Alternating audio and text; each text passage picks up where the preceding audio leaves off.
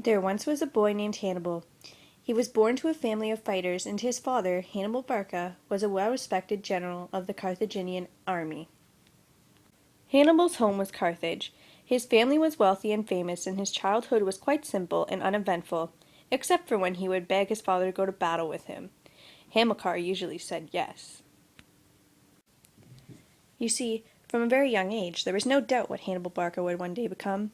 He swore that when he was old enough, he would one day destroy the Romans, and so began the age of Hannibal Barca the general.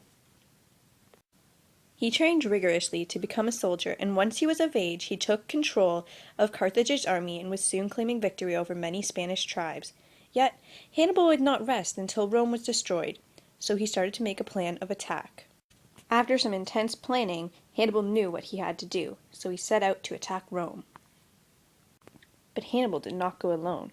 No, he had with him an army of 50,000 infantry, 9,000 cavalry, and 37 elephants, and with this massive force his journey began. The first obstacle Hannibal and his army encountered was the Alps. Yes, those Alps.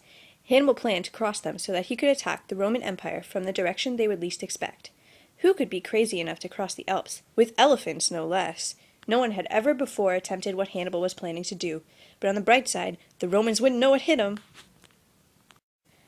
Trekking through the Alps was no easy task, though, and many of Hannibal's soldiers died along the way. Although, eventually they made it through with much of his army still intact, something to be grateful for after such a long and treacherous journey. Understandably, some of Hannibal's troops did not want to continue, but a few encouraging words from their general gave them the strength to carry on. Shortly after their trek through the mountains, Hannibal and his army came to meet their next big obstacle. When they reached Cannae, they realized that the worst was yet to come. The battle at Cannae was brilliant.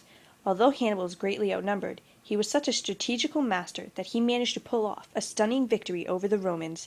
Their surprise attack had worked, and the Romans had been caught completely off guard and suffered the loss greatly.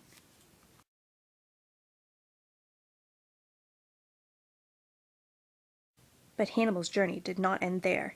He had not yet completed what he had set out to do. Rome was not completely destroyed. This was only one part of a much larger battle, and he would not rest until all of Rome was in. Literally, Hannibal would not rest. He waited 15 years roaming the outskirts of Rome, winning small battles every now and then, but never defeating Rome itself. Then came the real action. Rome was tired of waiting for Hannibal to make his move, so they instead launched an attack on Carthage. Hannibal had no choice but to race back to Carthage and defend his home. He and his army soon reached Carthage, and so began the Battle of Zama. In this battle, Hannibal led the Carthaginians, and Scipio led the Romans. 15 years after the battle at Cannae, Hannibal tried to repeat his victory at his home, but fell short.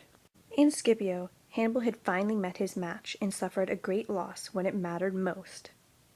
Scipio returned to Rome victorious, but not before completely annihilating Carthage and enslaving its people.